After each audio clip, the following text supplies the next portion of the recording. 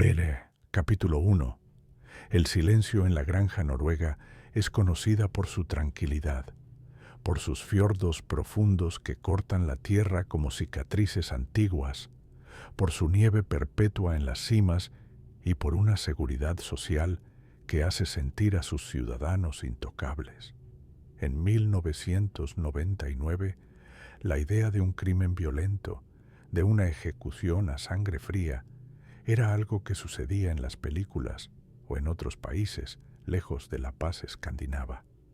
Pero esa inocencia estaba a punto de morir, y moriría en un lugar específico, la granja Orderud. Era el 22 de mayo, sábado de Pentecostés. En el municipio de Sørum, a poca distancia de Oslo, la primavera intentaba abrirse paso, pero el aire seguía cargado de una humedad fría, esa que se mete debajo de la ropa y cala los huesos. La granja Orderud se alzaba solitaria, rodeada de campos de cultivo que esperaban la temporada. Era una propiedad imponente, blanca, tradicional. Una casa que había pasado de generación en generación, un símbolo de estatus, de trabajo duro y sobre todo de herencia. Pero ese sábado la granja estaba demasiado quieta. Hans, un vecino que conocía las rutinas de los Orderud mejor que las suyas propias, sintió una punzada en el estómago al pasar cerca del camino principal. No había movimiento.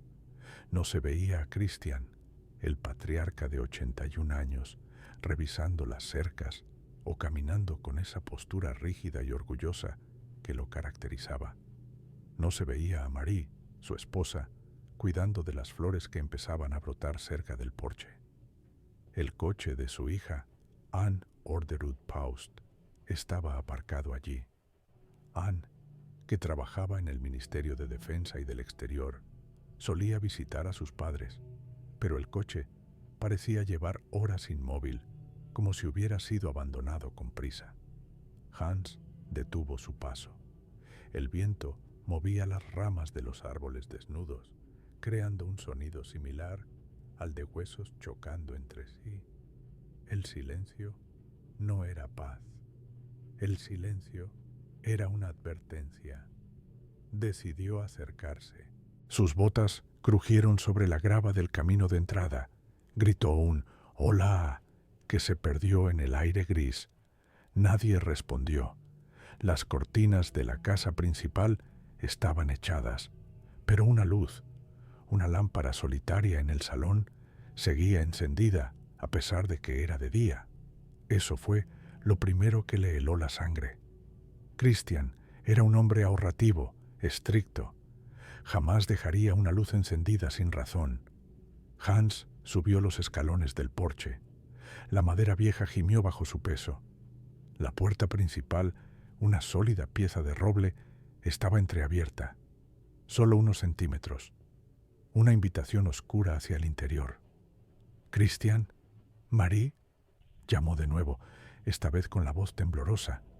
Empujó la puerta. El olor fue lo primero que lo golpeó. No era el olor a café recién hecho, ni a madera vieja que solía impregnar la casa. Era un olor metálico, cobrizo, mezclado con algo más dulce y nauseabundo. El olor de la carnicería. Entró en el recibidor. Sus ojos tardaron unos segundos en adaptarse a la penumbra. Lo que vio después cambiaría la historia criminal de Noruega para siempre. En el piso de arriba, en el descansillo, yacía una figura. Era Marie, la mujer de 80 años, siempre impecable, siempre amable. Estaba tirada en el suelo en una postura antinatural. Llevaba su camisón de dormir. Hans sintió que las piernas le fallaban, pero el horror lo empujó a seguir mirando, incapaz de procesar la realidad. Había sangre, mucha sangre, manchas oscuras que habían empapado la alfombra y salpicado las paredes blancas como tinta negra. Marie había sido ejecutada. Disparos a quemarropa. No había sido un accidente, ni una caída. Alguien la había mirado a los ojos y había apretado el gatillo. Hans retrocedió, chocando contra un mueble de la entrada. El ruido resonó como un cañonazo en la casa muerta. Miró hacia la habitación contigua. Allí estaba Christian, el viejo granjero, el hombre que había defendido cada metro de esa tierra durante décadas. Estaba desplomado, también en ropa de dormir. Había intentado levantarse, quizás al oír los primeros disparos, pero la muerte lo había alcanzado antes de que pudiera dar 2 pasos. El pánico se apoderó de Hans. Quería salir corriendo, vomitar, gritar hasta que alguien viniera. Pero había un tercer cuerpo. En el dormitorio principal, o quizás cerca de él, estaba Anne, la hija, la diplomática, la mujer que había sobrevivido a un intento de atentado con bomba en su coche meses atrás, un incidente que la policía había desestimado o no había logrado resolver. Ahora yacía muerta junto a sus padres. 3 cadáveres. Una familia entera borrada del mapa en una sola noche. Hans salió de la casa a trompicones, respirando el aire frío con desesperación, como si el oxígeno dentro de la granja estuviera envenenado. Corrió hacia su casa, marcó el número de emergencias con dedos que no le respondían. «Están muertos, todos están muertos en Orderud», gritó al operador. La policía de Sørum llegó en minutos, pero pronto se dieron cuenta de que esto les quedaba grande. No era un robo que salió mal, no faltaban objetos de valor a simple vista. Los televisores, las joyas, el dinero, todo parecía estar en su lugar. Lo único que se habían llevado era la vida de 3 personas. El cordón policial se estableció rápidamente. Las cintas amarillas y negras, Politi, empezaron a rodear el perímetro de la granja, contrastando violentamente con la idílica nieve derretida y la hierba verde. Los técnicos forenses, vestidos con trajes blancos que los hacían parecer astronautas en un planeta hostil, comenzaron a entrar y salir. Los flashes de las cámaras iluminaban las ventanas oscuras, robando imágenes de la escena del crimen más brutal que el país había visto en décadas. El inspector jefe, un hombre de rostro curtido y ojos cansados, observaba la escena desde el jardín. Sabía lo que se venía. La prensa llegaría en bandadas. Oslo enviaría a sus mejores hombres del Kripos, la Unidad Nacional de Investigación Criminal. «¿Qué tenemos?», preguntó a uno de los forenses que salía a tomar aire. «Es una ejecución, jefe», respondió el técnico, quitándose la mascarilla. «Disparos certeros, calibre 22 y 38, al parecer. 2 armas distintas. Quien hizo esto no vino a asustar, vino a matar», y se aseguraron de que no quedara nadie vivo. El inspector asintió, mirando hacia la Casa Blanca. ¿Signos de entrada forzada? No. La puerta estaba abierta o abrieron desde dentro. O tenían llave. Esa frase quedó flotando en el aire frío. O tenían llave. En los crímenes rurales, en las granjas aisladas, el asesino rara vez es un extraño que pasa por ahí. El asesino suele conocer el camino, conoce al perro, conoce qué escalón cruje. Mientras los cuerpos eran sacados en bolsas negras, bajo la atenta mirada de los primeros periodistas que llegaban como buitres, un rumor empezó a extenderse entre los lugareños y la policía. No era un secreto que la familia Orderud estaba en guerra. No una guerra con armas, hasta ahora, sino una guerra de papeles, de abogados y de resentimiento. El hijo, Per Orderud. Per vivía en la casa de los peones, a pocos metros de la casa principal, donde yacían los cadáveres de sus padres y su hermana. La granja debía ser suya. Había trabajado la tierra, pero había un conflicto sobre la herencia, sobre el traspaso de la propiedad. Un conflicto que se había vuelto agrio, tóxico. El inspector miró hacia la casa de los peones. Las luces estaban apagadas allí también. «Busquen al hijo», ordenó el inspector a sus oficiales. «Y a su esposa, Verónica. Necesito saber dónde estaban anoche. Y necesito saberlo ahora». La noche empezaba a caer sobre Sörum. La oscuridad envolvía la granja Orderud, pero esta vez la oscuridad no traía descanso. Traía preguntas. Traía el peso de una tragedia griega transportada al frío norte. A kilómetros de allí, en una comisaría de Oslo, un teléfono sonó. Era un informante, alguien del submundo criminal, alguien que se movía entre traficantes de poca monta y tipos duros. «Tengo información sobre lo de Orderud», dijo la voz distorsionada al otro lado de la línea. «Habla», respondió el detective de turno. «No fue un robo, fue un encargo, y hay gente muy extraña involucrada, gente que no esperarías ver en una granja». El detective apretó el auricular. «¿Nombres? Solo diré una cosa. Busquen un calcetín de lana blanco». La llamada se cortó. En la granja, el viento sopló con más fuerza, abriendo de golpe una de las ventanas del segundo piso que los forenses habían dejado sin asegurar. El golpe seco sonó como un cuarto disparo, haciendo saltar a los policías que montaban guardia. El caso Orderud acababa de empezar, y nadie, absolutamente nadie en Noruega, estaba preparado para lo que se descubriría debajo de esas alfombras manchadas de sangre. La disputa por la tierra se había regado con lo único que vale más que el oro, la sangre de la propia familia. El inspector se giró hacia su segundo al mando. «Trae a Per Orderud, y no seas amable. Acaba de heredar la granja, pero creo que el precio que ha pagado es mucho más alto de lo que imagina». La cámara de un periodista captó el momento exacto en que sacaban el cuerpo de Anne. La bolsa negra parecía pequeña bajo la lluvia que empezaba a caer.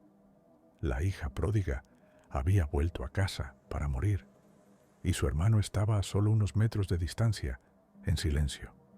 El horror no estaba en el bosque. El horror vivía en la casa de al lado. Capítulo 2. La firma del muerto. La sala de interrogatorios de la comisaría de Oslo no tenía ventanas. Solo un espejo unidireccional, una mesa de metal atornillada al suelo y un zumbido eléctrico constante de las lámparas fluorescentes que parecía diseñado para romper los nervios. Per Orderud estaba sentado allí, el heredero, el granjero. Sus manos, grandes y callosas por el trabajo en el campo, estaban entrelazadas sobre la mesa. No lloraba, no gritaba. Su rostro era una máscara de piedra, una esfinge rural que miraba a la nada. «Per», dijo el detective, lanzando una carpeta sobre la mesa. El sonido del papel golpeando el metal fue seco. «Tus padres están muertos, tu hermana está muerta, y tú eres el único que gana algo con esto». Per parpadeó lentamente. «Yo no lo hice», dijo con voz monótona. «Hablemos de la granja», presionó el detective, inclinándose hacia adelante. «Hablemos del contrato de compraventa. Ese papel que dice que tus padres te vendieron la granja por un precio ridículo». El conflicto era el elefante en la habitación. Durante años, Per y su padre, Christian, habían estado en una guerra fría. Per había trabajado la tierra toda su vida esperando heredarla, pero el viejo Christian se resistía a soltar el mando. Entonces apareció un documento, un contrato firmado. Pero había un problema. La firma de Christian parecía forzada, falsa. «Mi padre firmó», insistió Per. «Los peritos dicen que no», replicó el detective. «Y tu hermana, Anne, lo sabía. Ella iba a impugnar ese contrato. Iba a llevarte a juicio y te iba a quitar la granja. Iba a dejarte sin nada. Y casualmente, justo antes de que eso pasara, Alguien entra en la casa y los mata a todos. ¿Crees que somos estúpidos? En la sala contigua, Verónica Orderud, la esposa de Per, mantenía una postura diferente. Estaba indignada, furiosa. Verónica no era una simple granjera, era inteligente, articulada y ferozmente protectora de su marido. «Están perdiendo el tiempo con nosotros», escupió ella a los oficiales. «Mientras nos tienen aquí, el verdadero asesino se ríe de ustedes». Pero la policía tenía algo más que sospechas sobre la herencia. Tenían los informes de balística. Las balas extraídas de los cuerpos de Marie y Anne contaban una historia aterradora. Calibre 38 y calibre 22. 2 armas. Lo que confirmaba la teoría inicial. No fue un asesino solitario. Fue un equipo. O al menos 2 personas apretando gatillos. El caso dio un giro violento cuando los investigadores empezaron a tirar del hilo de Verónica. Su pasado no estaba en los campos de cultivo. Su pasado tenía conexiones con un mundo mucho más oscuro en Oslo. Apareció un nombre en los archivos: Kristin Kirkemo. Kristin era la hermana de Verónica, pero no podían ser más diferentes. Mientras Verónica vivía una vida aparentemente respetable en la granja, Kristin se movía en los bajos fondos. Drogas, fiestas, deudas y amistades peligrosas. Kristin era el caos personificado. Y junto a Kristin apareció otro nombre: Lars Gronerud. Lars no encajaba en el perfil de un sicario. Era un chico de buena familia, con dinero, pero con una atracción fatal por el peligro, las armas y las sustancias ilícitas. Era el exnovio de Kristin, un tipo inestable, conocido por traficar con armas y por su comportamiento errático. La policía centró su atención en ellos. Si Per y Verónica eran el motivo, la granja, Kristin y Lars podían ser el medio, las armas. Un equipo de asalto se dirigió al apartamento de Kristin en Oslo. Al entrar, el contraste con la granja Orderud fue brutal. El lugar olía a tabaco rancio y negligencia. Encontraron parafernalia de drogas, pero lo que buscaban no estaba a simple vista. Interrogaron a Kristin. Al principio, ella negó todo. Se mostró combativa, errática, bajo los efectos de la abstinencia o del miedo. Pero la presión policial es como una prensa hidráulica. Eventualmente, algo se rompe. Y Kristin se rompió. «No fui yo», dijo ella, con los ojos desorbitados y el maquillaje corrido. «Pero sé de las armas». «¿Qué armas, Kristin?», preguntó el oficial, sintiendo que estaba a punto de tocar el núcleo del caso.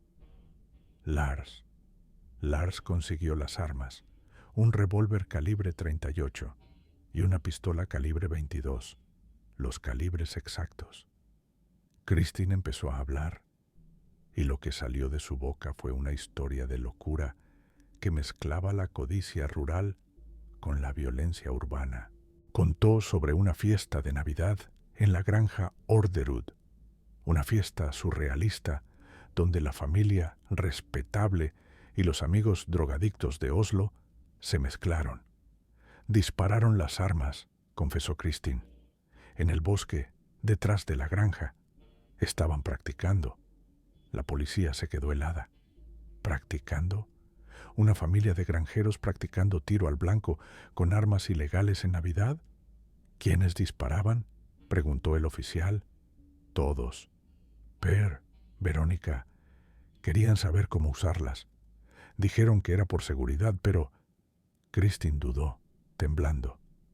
Verónica me preguntó cosas. Me preguntó cómo conseguir a alguien para hacer un trabajo. La red se cerraba. La teoría de la policía mutó. Ya no era solo un hijo avaricioso. Era una conspiración familiar. 4 personas: Per, el hijo; Verónica, la esposa; Kristin, la cuñada; y Lars, el proveedor de armas. Pero faltaba la prueba física. Las palabras de una adicta podían ser desestimadas en un juicio. Necesitaban el arma homicida. Los buzos de la policía se sumergieron en las aguas heladas de los lagos cercanos a la granja. Los perros rastreadores peinaron cada centímetro de bosque.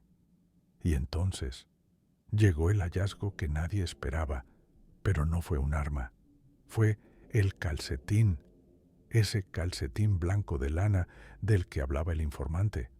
Lo encontraron cerca de la escena, pero no pertenecía a ninguno de los muertos. El ADN recuperado del calcetín era parcial, pero apuntaba fuera de la casa. Apuntaba hacia el círculo de Christine y Lars. Y algo más inquietante surgió. Meses antes de los asesinatos, hubo un intento de asesinato contra Anne Orderud-Paust.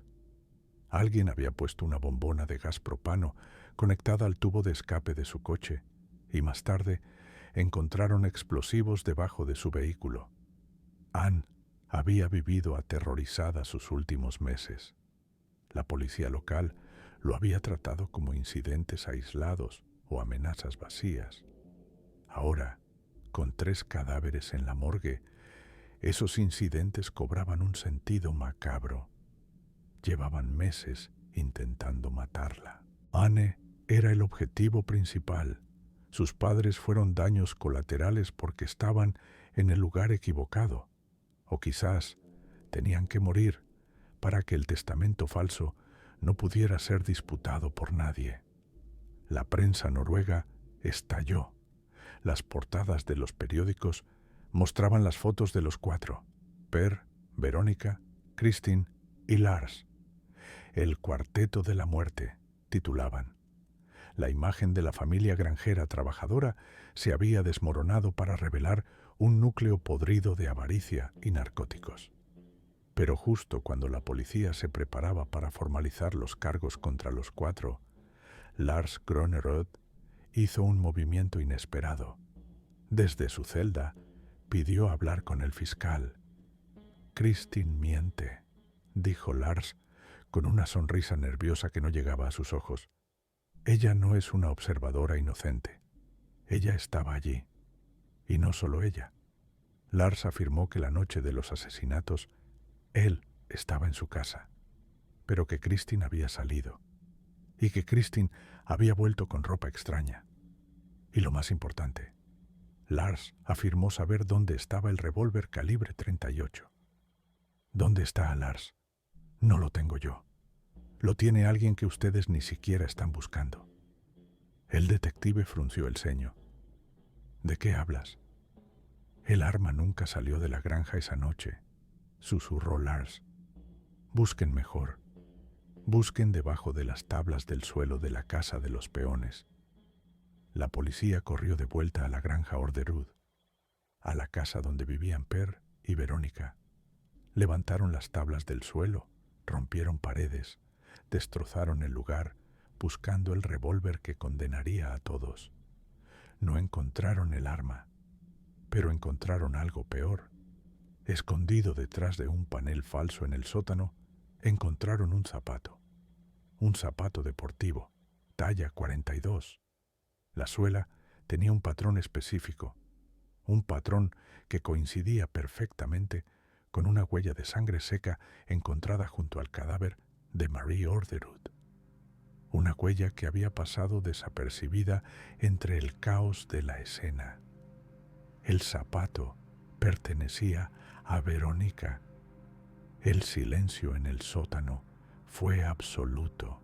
La esposa, la mujer que gritaba su inocencia en televisión, había estado de pie sobre la sangre de su suegra. El inspector jefe tomó la radio. Su voz era grave, definitiva. «Traigan a Verónica Orderud a la sala 1 y avisen al fiscal. Tenemos la prueba». Pero mientras la policía celebraba su victoria en la celda de aislamiento, Christine Kirkemo empezó a gritar. No eran gritos de confesión, eran gritos de terror puro. «No entienden nada», aullaba golpeando la puerta de metal. «No fuimos nosotros 4 solos. Había alguien más en la casa. Había alguien más esa noche». Nadie le hizo caso. Pensaron que era el delirio de la abstinencia, pero la cámara de seguridad del pasillo de la comisaría captó algo extraño. Justo antes de que Christine empezara a gritar, las luces parpadearon y una sombra apenas perceptible pasó por el borde de la pantalla. Una sombra que no llevaba uniforme de policía. El caso Orderud estaba lejos de cerrarse.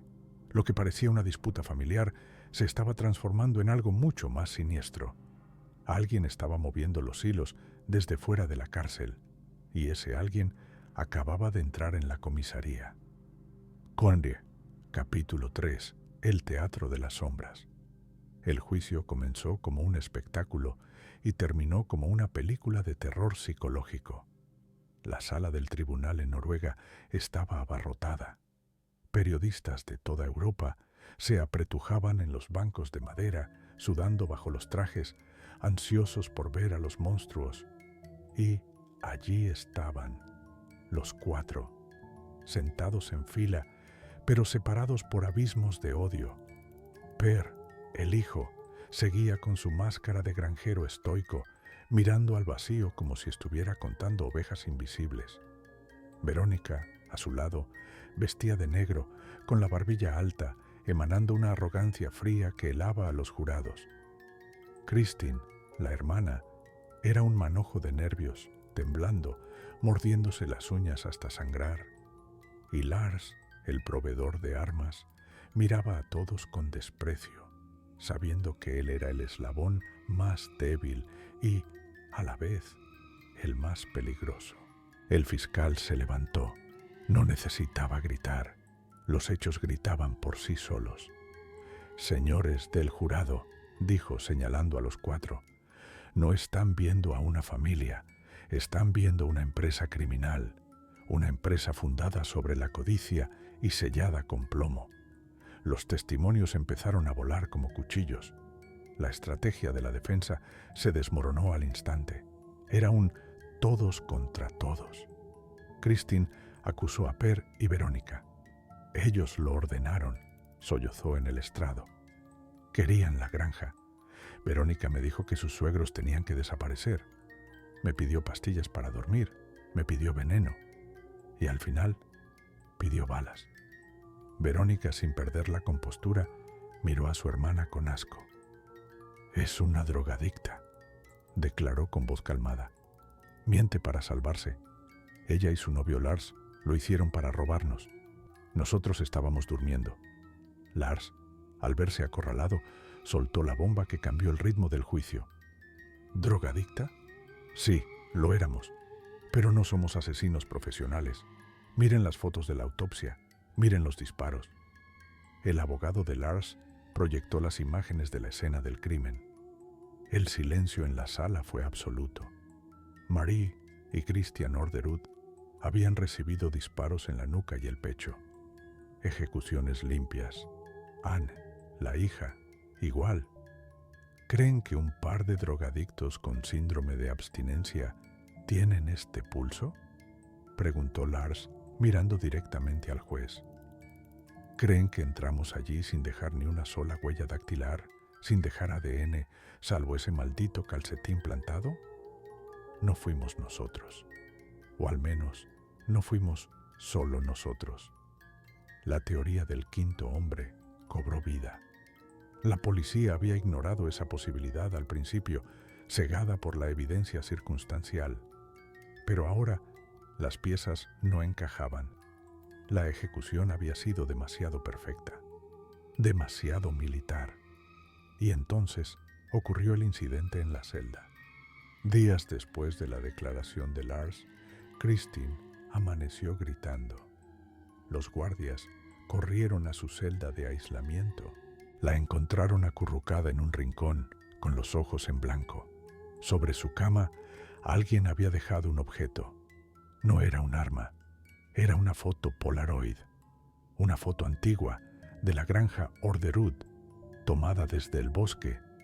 Pero lo aterrador no era la foto, sino lo que estaba escrito detrás con rotulador rojo. «Cierra la boca o te visitamos». La seguridad de la prisión era máxima. Nadie había entrado. Nadie había salido. Las cámaras solo habían captado esa sombra fugaz, ese parpadeo eléctrico. El terror se infiltró en la investigación. El asesino, el verdadero ejecutor, tenía acceso a lugares donde nadie debería entrar.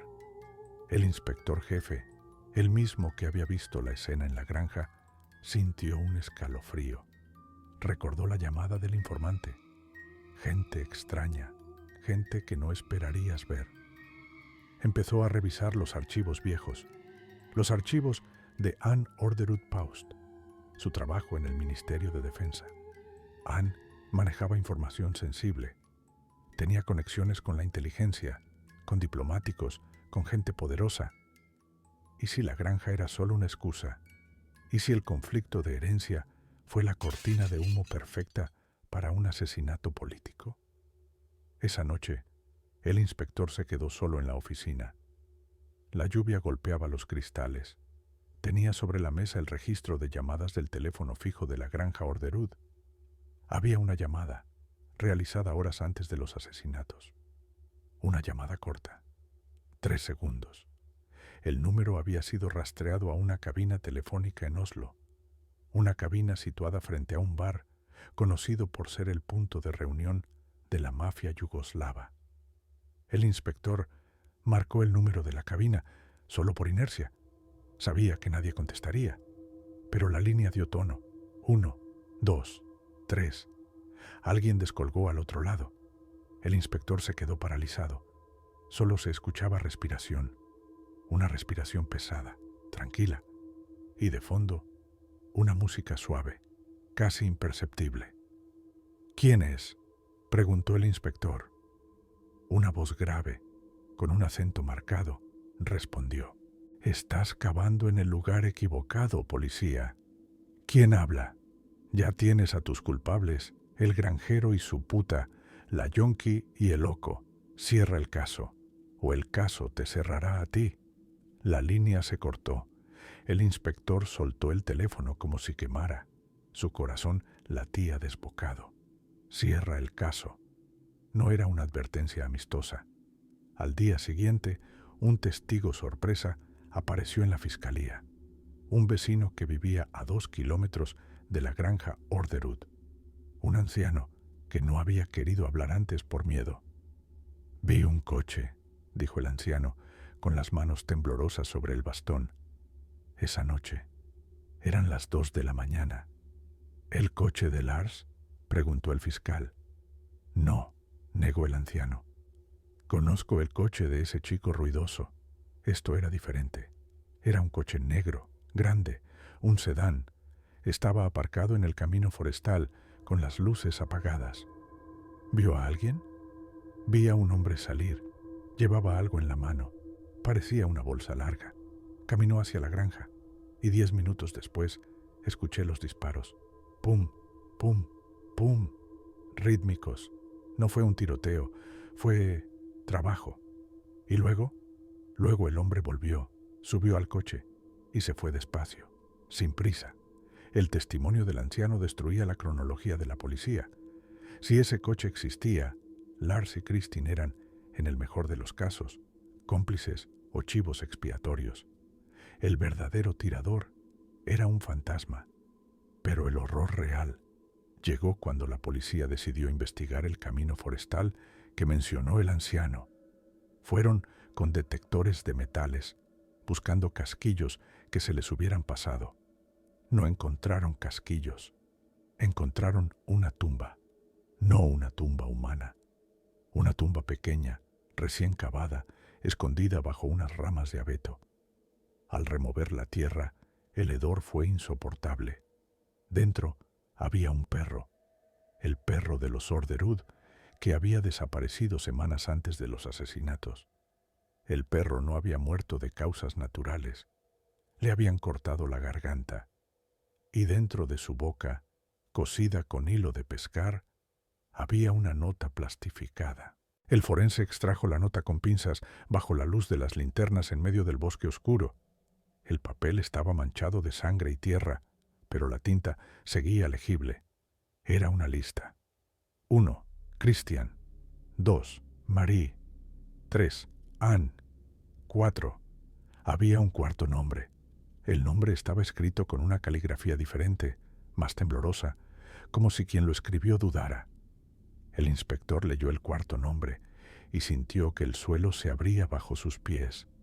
El cuarto nombre no era Per, no era Verónica. El cuarto nombre era el suyo. Alguien había estado planeando esto mucho antes de la noche de Pentecostés, y alguien sabía exactamente quién iba a investigar el caso. De repente, la radio del coche patrulla cobró vida con un ruido de estática infernal. «Central a todas las unidades», gritó la operadora con pánico. «Tenemos fuego. Repito, tenemos fuego». «¿Dónde?», respondió el inspector, mirando hacia el horizonte. «En la casa del testigo, el anciano que declaró hoy. Su casa está ardiendo». El inspector miró hacia el norte. Un resplandor naranja empezaba a teñir el cielo nocturno. El testigo había hablado y el testigo estaba siendo purgado. El juicio era una farsa. La verdadera matanza continuaba. Capítulo 4. La cinta magnética. El fuego tiene un sonido específico cuando consume una vida. No es el crujido acogedor de una chimenea. Es un rugido, un bramido voraz que succiona el oxígeno y escupe humo negro. Cuando el coche del inspector derrapó frente a la casa del testigo, el calor golpeó el parabrisas como un puño físico. La casa de madera vieja ardía como una antorcha en la noche noruega. Los bomberos luchaban contra las llamas, pero sus mangueras parecían juguetes contra la furia del infierno que se había desatado allí. El inspector salió del coche, protegiéndose la cara con el antebrazo. «¿Dónde está él?», gritó a un bombero que pasaba corriendo. El hombre, cubierto de hollín, negó con la cabeza. Sus ojos reflejaban el desastre. «El techo colapsó hace 10 minutos. Nadie podría haber sobrevivido ahí dentro». El inspector miró las llamas. El anciano, el único hombre que había visto el coche negro, el único cabo suelto que conectaba la granja Orderud con una conspiración mayor, había sido incinerado. No fue un accidente. El olor a gasolina era tan fuerte que picaba en la garganta. Su nombre estaba en la lista. El anciano había muerto por hablar. Él era el siguiente. Regresó al coche patrulla y cerró los seguros. Sus manos temblaban sobre el volante. Por primera vez en 20 años de servicio, sintió el miedo puro y primitivo de ser la presa. Sacó su arma reglamentaria, una Glock, y la puso en el asiento del copiloto. Condujo de vuelta a la comisaría como un poseso. Cada sombra en la carretera, cada coche que se acercaba por el retrovisor, parecía el sedán negro. La paranoia se había instalado en su mente como un parásito. Al llegar a la comisaría, ignoró los saludos de los agentes de guardia. Caminó directo a las celdas. Necesitaba romper a Per Orderud. Ahora, entró en la sala de interrogatorios. Per levantó la vista. Parecía más pequeño, más desgastado. El inspector arrojó una foto Polaroid sobre la mesa. No era la de la amenaza. Era una foto que acababa de tomar uno de los forenses en el incendio. Se veía un cuerpo carbonizado entre los escombros. «Míralo, Per», gruñó el inspector, acercando su cara a la del granjero. «Míralo bien. Esto no es una disputa por tierras. Esto no es sobre quién se queda con los tractores. Esto es lo que hacen tus socios. Han quemado vivo a un anciano esta noche». Per miró la foto y su máscara de piedra se agrietó. Un tic nervioso apareció en su ojo izquierdo. «Yo no quería esto», susurró Per. «Me importa una mierda lo que querías», golpeó la mesa. «Mi nombre está en una lista, Per. Encontraron una lista en la boca de tu perro muerto. ¿Quiénes son? ¿Quiénes conducen el sedán negro?» Per empezó a llorar. No era un llanto de tristeza, sino de terror absoluto. No son de aquí, balbuceó. Anne. Anne trajo problemas. ¿Tu hermana? ¿Qué problemas? Ella usaba la granja. Dijo que era seguro. Dijo que nadie sospecharía de unos viejos granjeros. ¿Para qué usaba la granja? Reuniones. Venían hombres, hombres del este. Hablaban ruso o serbio, no lo sé. Traían maletines. Anne se ponía nerviosa. Decía que era parte de su trabajo en el ministerio, que era seguridad nacional. Pero papá se enteró. El inspector sintió que el aire se volvía denso. ¿Qué descubrió Christian? Encontró dinero, mucho dinero escondido en el granero, y documentos. Papá amenazó con ir a la policía. Dijo que no quería criminales en su tierra. Anne le rogó. Le dijo que si hablaba, nos matarían a todos. Per levantó la vista, con los ojos inyectados en sangre. Papá iba a hablar ese lunes. Los mataron el sábado. No fue por la herencia, inspector. La herencia fue la excusa perfecta para que pareciera un drama familiar. Pero los mataron para silenciarlos. Y ahora vienen a limpiar el resto. El inspector salió de la sala tambaleándose. Todo encajaba. Anne Orderud Paust, diplomática, con acceso a secretos de Estado. La granja aislada, el lugar perfecto para transacciones sucias lejos de los ojos de Oslo. La disputa familiar fue real, sí, pero fue utilizada por una fuerza mucho más oscura para camuflar una ejecución profesional. Corrió hacia el almacén de pruebas. Tenía que haber algo. Si Christian había encontrado documentos, ¿dónde estaban? Revisó las cajas con la etiqueta Orderud, dormitorio principal. Ropa vieja, Biblias, cuentas de banco. Nada. Entonces recordó el coche de Anne, el que había sufrido el intento de atentado meses atrás. La policía había incautado sus efectos personales que estaban en el maletero. Abrió la caja etiquetada Anne Orderud Paust, vehículo. Había mapas, un par de zapatos de tacón y una grabadora de dictados antigua, de esas que usan los burócratas para tomar notas rápidas. El inspector tomó la grabadora. Tenía una microcinta dentro. Buscó pilas en un cajón. Le temblaban los dedos al colocarlas. Presionó play. Solo estática al principio. Luego, la voz de Anne sonaba agitada, susurrando, como si se escondiera.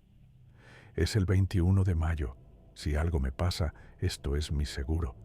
No son solo los yugoslavos. Hay gente de aquí, gente del ministerio. Están usando la ruta de los Balcanes para mover algo más que información. Vi los planos. Vi lo que van a traer a Oslo. Dios mío, papá tenía razón. La cinta se detuvo con un clic metálico. El inspector se quedó helado. Gente del ministerio. La corrupción llegaba hasta la cúpula. Por eso la investigación local había sido tan torpe al principio. Por eso desestimaron los intentos de asesinato contra Anne.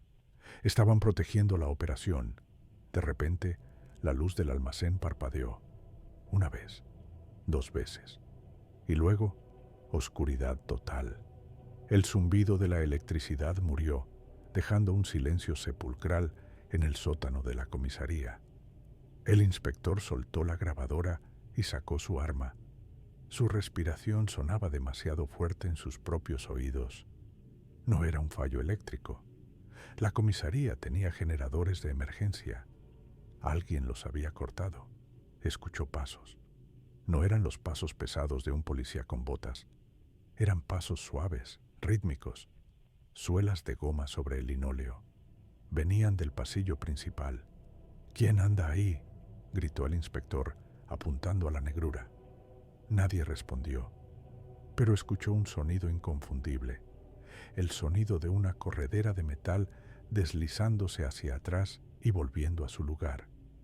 Alguien acababa de cargar un arma automática. El inspector se lanzó detrás de una estantería de metal justo cuando el primer disparo rompió el silencio.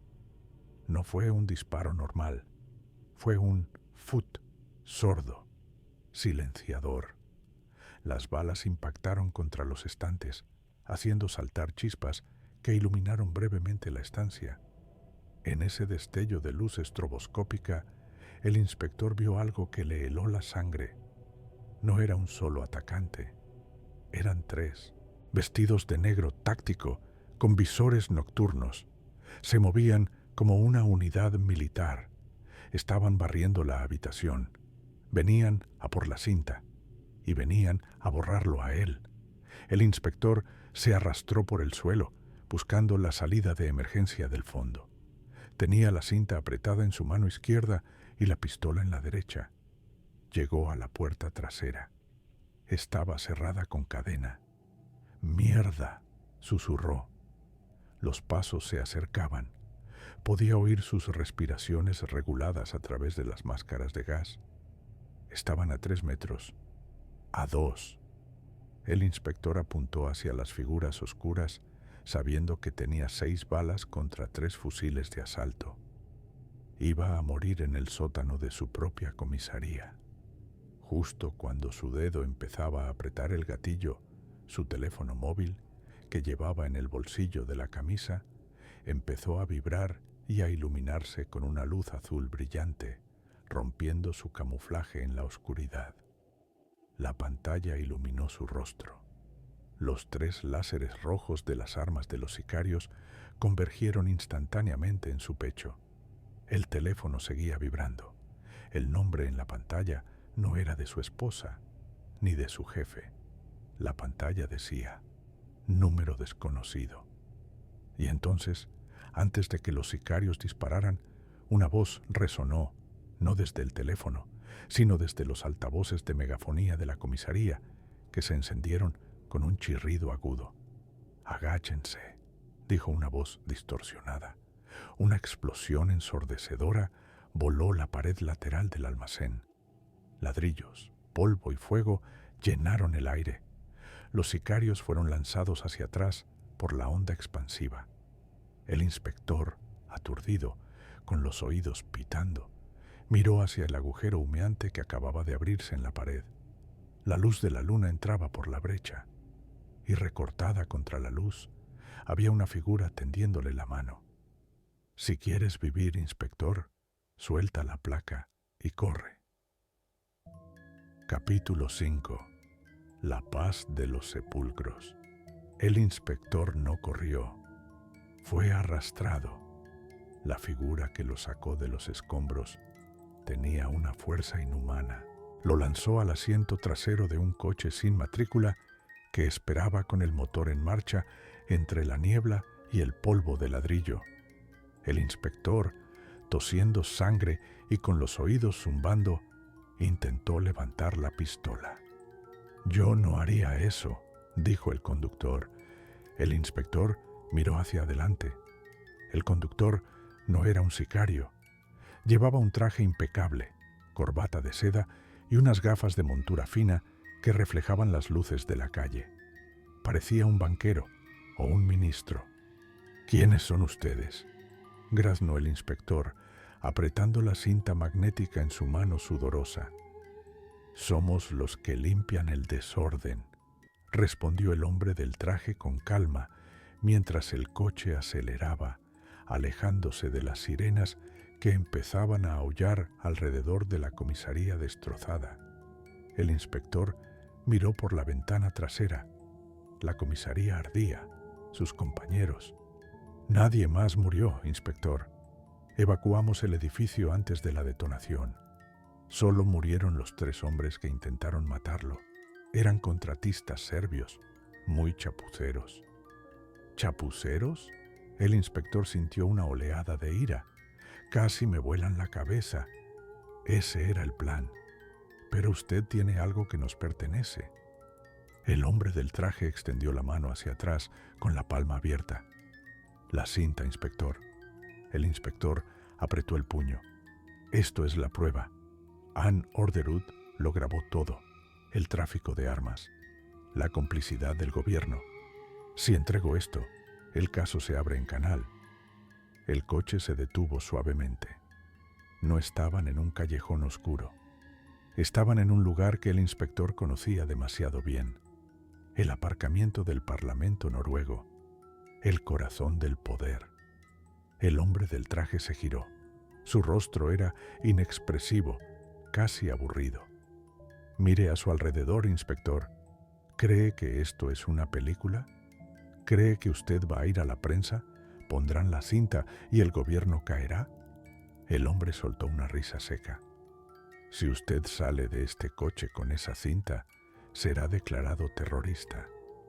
Diremos que usted puso la bomba en la comisaría, que tuvo un brote psicótico. Nadie escuchará la cinta, y si lo hacen, diremos que es una falsificación digital. El inspector sintió el frío metal de la realidad en su nuca. No había salida. ¿Y los Orderud?, preguntó en un susurro. Per, Verónica, ¿qué pasa con ellos? Ellos son necesarios, dijo el hombre, encendiendo un cigarrillo. El público necesita un villano. Necesitan la historia de la codicia, de la granja, de la disputa familiar. Es una historia que pueden entender. La verdad sobre operaciones de inteligencia en los Balcanes financiadas a través de una granja en Sørum. Eso es demasiado complejo, demasiado feo. El humo del cigarrillo llenó el coche. Per y Verónica serán condenados, continuó el hombre. Kristin y Lars también. Pasarán años en la cárcel.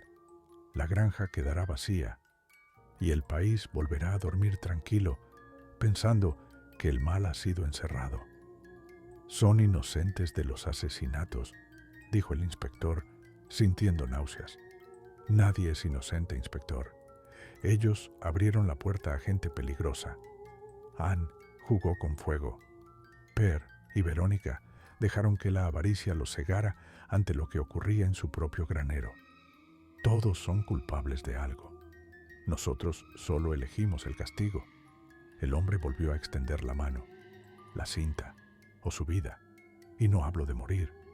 Hablo de destruir su nombre, su familia y su legado. Elija.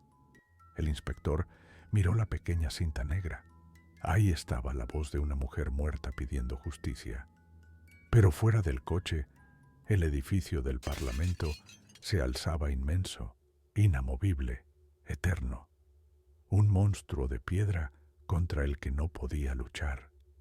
Con la mano temblorosa, dejó caer la cinta en la palma del hombre.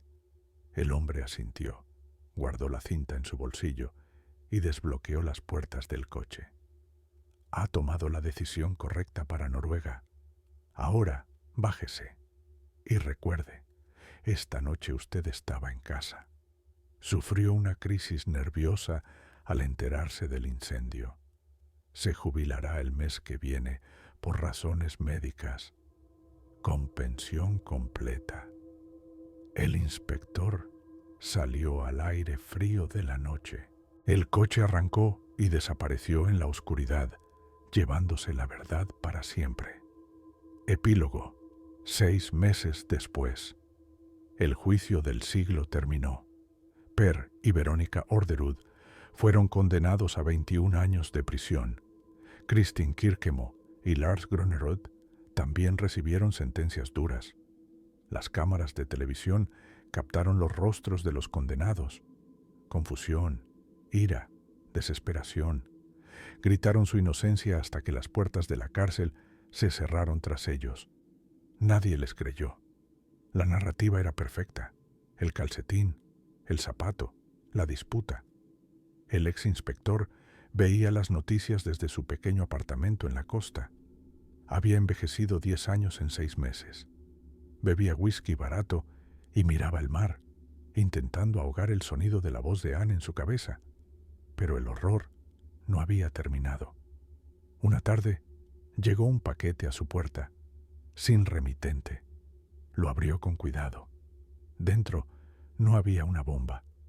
Había una escritura de propiedad. Era la escritura de la granja Orderud.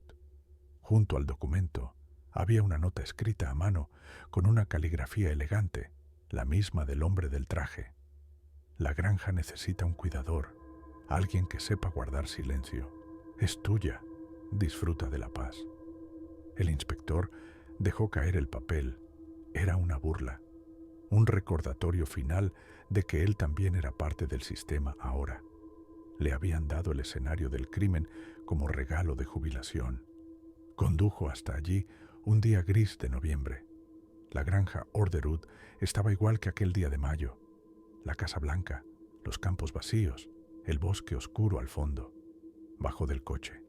El silencio era absoluto. No había pájaros, no había viento. Caminó hacia la casa principal. La cinta policial había desaparecido hace tiempo, pero las manchas de sangre en su memoria seguían frescas. Subió al porche. La puerta crujió al abrirse. Entró en el recibidor. Estaba vacío, frío. Subió las escaleras hacia el segundo piso, hacia donde habían encontrado los cuerpos. Necesitaba ver el lugar una última vez. Al llegar al descansillo, se detuvo. La puerta del dormitorio principal estaba cerrada. Él recordaba haberla dejado abierta la última vez que estuvo allí con los forenses. Se acercó lentamente. Puso la mano en el pomo. Giró. La puerta se abrió.